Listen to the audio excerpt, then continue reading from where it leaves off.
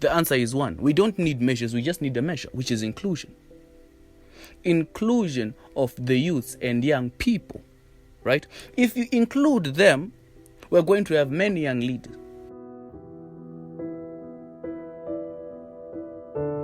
Welcome to the inaugural podcast of 2024 on Community Talk, presented by Community Voices Zimbabwe. In this episode, we embark on a compelling exploration of pivotal role that youth play in shaping policies within Zimbabwe.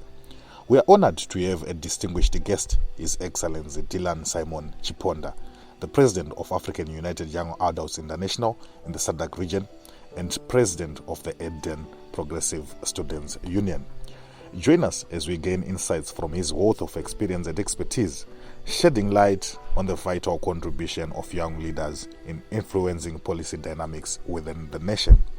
Get ready for an engaging conversation that underscores the power of youth voices in policy making.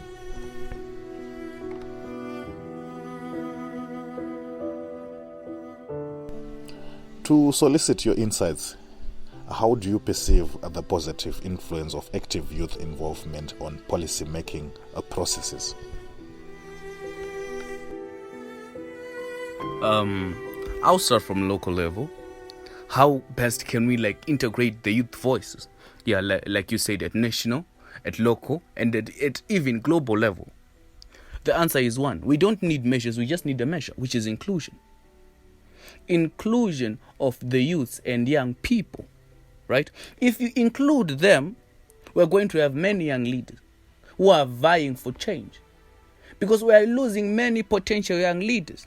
Because we are not scoping our eye at these young people. We have lost trust in them. And they have lost trust in themselves. They have lost potential in themselves. They've lost confidence in themselves. And the measure is quite simple. Include all these young people.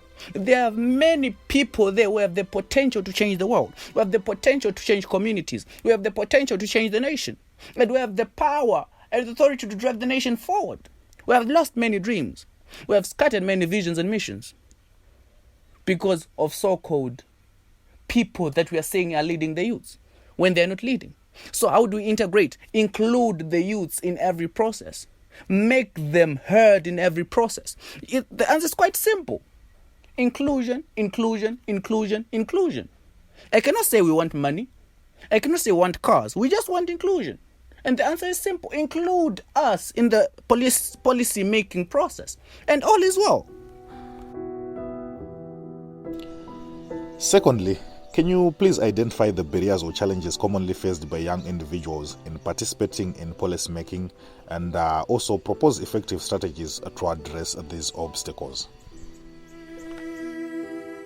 The barriers come from one barrier, which is suppression, right? The youth voice is not up there as we say it is. We are being represented by people who are not youths. And they are said to be in charge of the youth in Zimbabwe.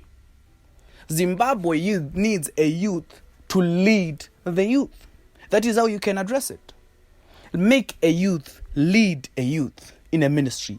Make a youth lead a youth in a conference. Make a youth lead a youth in a sector. Make a youth lead a youth in an institution. Because they say that we are the future, right? But the future is slipping away. Because if you do not give us the chance now, when we reach 50, we won't go out of those positions because we were never exposed to them in a very young age. That is what is going to happen. And we are going to keep on having the same cycle. And we are going to have underdevelopment as a nation and as a country. You see, we are being used as political pawns. Not as political enactors. Not as policy enactors in the policy making process. And that all needs to change. We must also be taken as people who can make a change and who can be a voice. And as people who can recognize what is right and wrong. And as people who know what they are doing. Because the future belongs to us. We are the next generation. So we should be regarded as the next generation. Your Excellency, from your perspective, what measures or initiatives could enhance the integration of youth voices and perspectives in shaping policies at local, national, or even international levels? the involvement of youth and young people can positively impact the policy-making process in Zimbabwe. Because we are saying that now the young people and the youth are being given the power or accountability in the policy-making process. Because sometimes it's for a youth by youth process. The youths know what is happening to the youths. The youth know what is affecting the youths. The youths know what the youths want and what they need. They know how to control the sector of the youths. So if we put the youths there in the policy making processes, we are saying that now you have empowered more youths because we now have a role model. We now have a voice. We now have a leader that is going to lead on behalf of all those young people. And in consideration that these are my other peers, this is where I come from.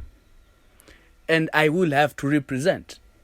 Because this is the generation that is going to take over when this other generation is gone. You include these young people, you include these youths.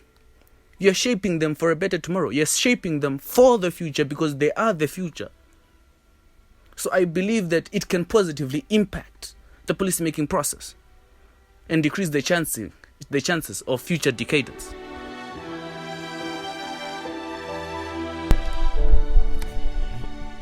In conclusion, this podcast has provided valuable insights into the integral role of young individuals in policy-making processes within Zimbabwe. We have explored the challenges they face and potential solutions, while also gaining perspectives on measures and initiatives to amplify youth voices on local, national, and international stages. As we wrap up, it's evident that fostering active youth involvement is not just a necessity, but a catalyst for positive and inclusive policy development. The future of Zimbabwe's policies undeniably rests in the hands and vibrant voices of its youth.